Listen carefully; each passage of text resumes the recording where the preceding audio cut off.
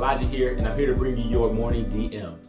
Right now is one of my favorite times of the year, and that's because the NBA season is in full swing. Right now, we're able to see which teams are going to be top contenders for the NBA Finals, as well as which players have improved the most during the off-season. One player I want to bring to your attention in particular is Lonzo Ball for the Chicago Bulls.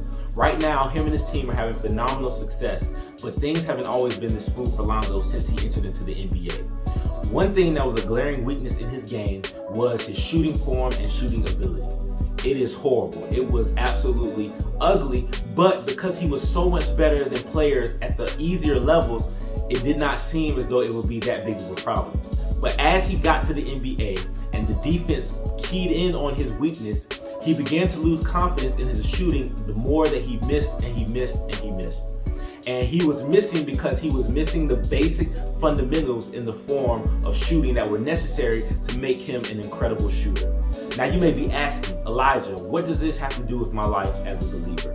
Well, do you know that as a believer, you have a form or some basic fundamentals as well that you have to have perfected and mastered in order to be successful at the next level that you're trying to go to? Those things consist of prayer, Bible study and devotional, your praise and your worship, and your service unto others. Now, for some of us, it appears as though we've been doing all these things on a great pace or at a great efficiency, but when we get to the next level, it's going to expose if we've really been doing the things that we're supposed to have been doing. And so we don't want to be like Lonzo once we get to the next level and then we see our weaknesses exposed and we just stay there. And what I love about Lonzo is once he saw that his shooting was really a weakness, he did not just stay there. But over the last 3 years, he has been putting in nonstop work on correcting his form and making sure his fundamentals are right. And this season, we are seeing the trade-off of all of the work that he's been putting in. His numbers are up across the board, his confidence is back, and he is a knockdown shooter that you cannot leave open. And he is making his team successful because of it. Now, imagine if we take that same intensity in our life. If there are areas that we are weak in,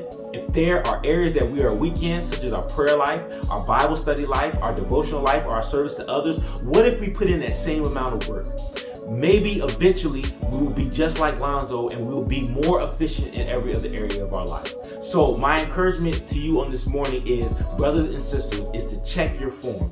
Make sure that you're doing everything that you're supposed to be doing that is fundamental to your walk with Christ. In Revelation chapter 2, verses 2 through 5, Jesus is speaking to the church in Ephesus, and he commends them for all the good things that they are doing, but he gets on them about the one fundamental thing that they have left behind, and that is they have forgotten their first love. And so we don't want to be like that church where we appear to be doing all these things right, but really our form has something that's off fundamentally. So, brothers and sisters, I encourage you on this morning to check your form and correct it if it needs to be corrected. That's your morning DM. I hope that you are blessed, and I'll see you next time.